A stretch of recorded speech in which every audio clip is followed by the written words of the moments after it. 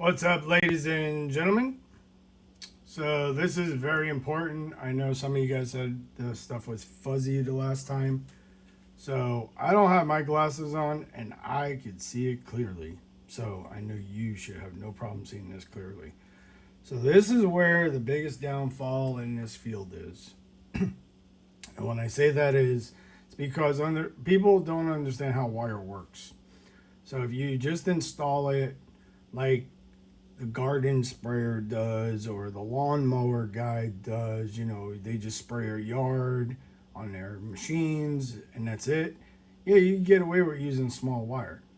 But the work that we do, there's no way you're going to get away with it. And here's the reason why. Is because, first of all, on the four-wheeler, they're only spraying for a little bit, right? That battery's going to last.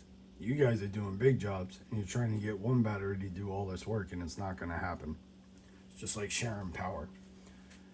You can't count on something you don't have, right? So we have to make it better. So this is, it should be 12.8, but it's 13.8. You can figure that out. You can take one number off. So it's 12.8, okay? So this is what a lot of you guys build. And this is what I want to teach you. You have 24 amps on a Remco, right? And then you have 20 feet of wire because half of you guys run 10 feet of 10 gauge of wire. So I'm showing you what you guys are doing with that. You notice how it's a 5% drop? That is horrible. That means whatever you're at the battery, you're going to lose 5% all the way to the pump, right?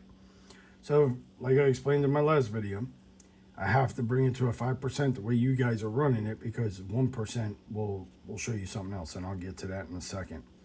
But here's what you're looking at. It's 13.8 volts, 24 amps, 10 and 10, positive and negative, 20 feet. You guys are running 10 gauge wire. So let's look at 10 gauge wire. And so what we're looking at is that number right there, right above, right? So you guys aren't lost.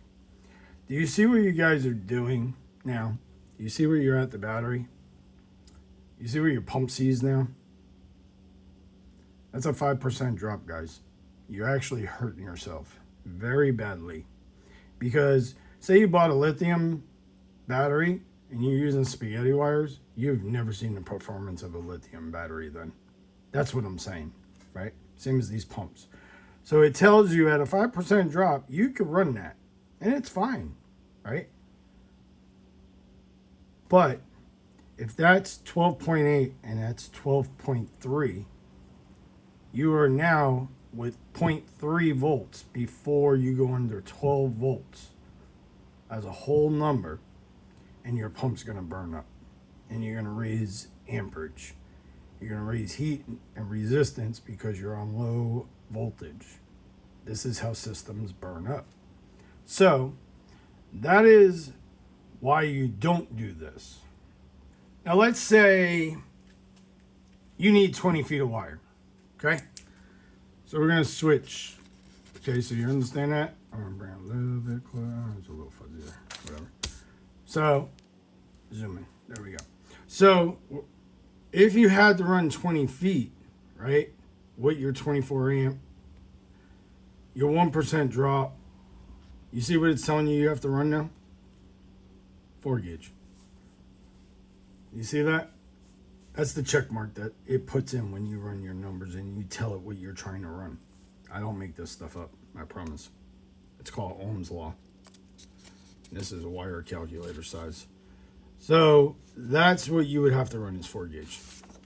So now my kit, everybody says, well, what are your kits built for? My kit is built to pretty much run any pump that's out there. Why? Because I don't see a point of keep buying wire. So if you build it big and you build it right, you never have to really rebuild it, right? I mean, it's not going to last forever. Nothing lasts forever, especially around SH. That's why I use all marine stuff. So it will fight back, you know? The bare copper doesn't fight back. It just gets destroyed. So on my kit, if you were running 13.8 at the battery, say 12.8, right? Like I said, 24, 10. 1% drop, right? So it's 5 feet of positive, 5 feet of negative that I have in my kit. Do you see what it's telling you to run? My kits are built to spec. It's telling me it needs to be at least a minimum at a 1% drop to be at 6. Do you understand why this is important? Because whatever's at my battery, I want it at the pump so I could spray longer. If you lose zero point 0.5 volts, that's like an hour, depending on what battery you're using. Could be over an hour of spray time you're losing. And now you're burning up pumps because of this reason right here. So this is why I built mine at 6 gauge. Not only that, but I thought about everybody, okay? My next kit, even these 24s that you guys, all you new guys that are following me that run 24 volts, he asks for 50 amps continuous, okay? With my kit, wire length, 10 feet, 5 positive, 5 negative, right? At a 1% drop, here we go again. My kit is built to specs. That's my point, guys. I run numbers. I don't just guess, okay? So now, if you wanted to run a kit on reels, so you say, hey, Eddie, I want a kit. I need wire for reels since I have all this wire, right? Can you put the ends on it for me? You tell me what size, whatever, how long you want it, and you need a breaker on it. You don't need a switch on it because you have a push button. At the end of the day, I always trip all my breakers on my trailer. Why? It's a safety concern. It's just something I always done. It's like turning a light switch off. By killing the power, you know nothing has power. It's just a safety thing, guys, like I said. So this is your reels. So, a lot of guys are telling me their reels are 26 amps, okay? If you ran 5 feet and 5 feet at a 1% drop, so that reel gets all the power you want, 6 gauge again. See my kit?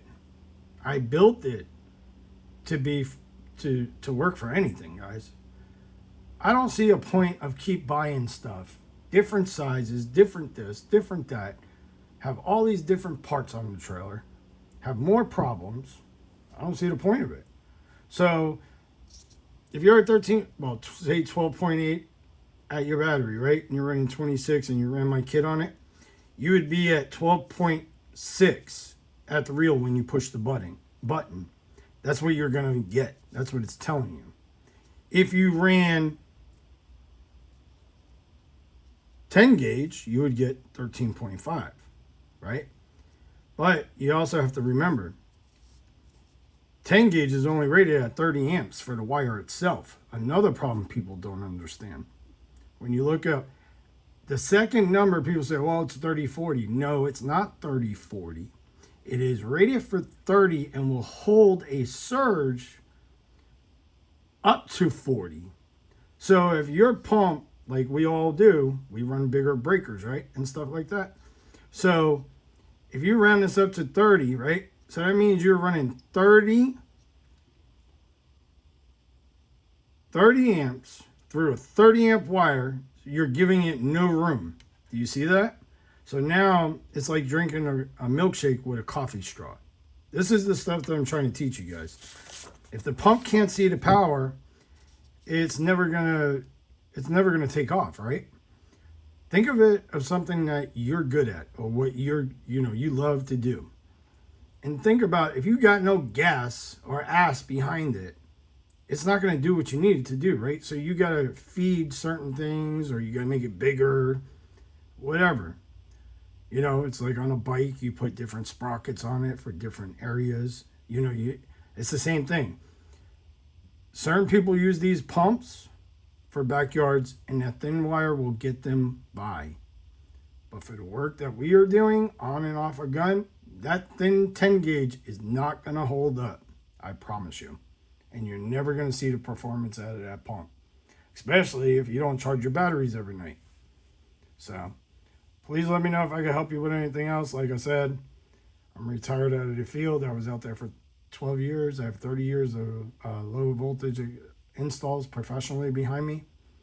I just see it's a problem out here, and I'm trying to teach you guys how to do it the right way. And I always show you the proof. Enjoy. Let me know if there's anything else I could help. Hopefully it's clearer for you to read. Thank you so much again. Thanks for all your support.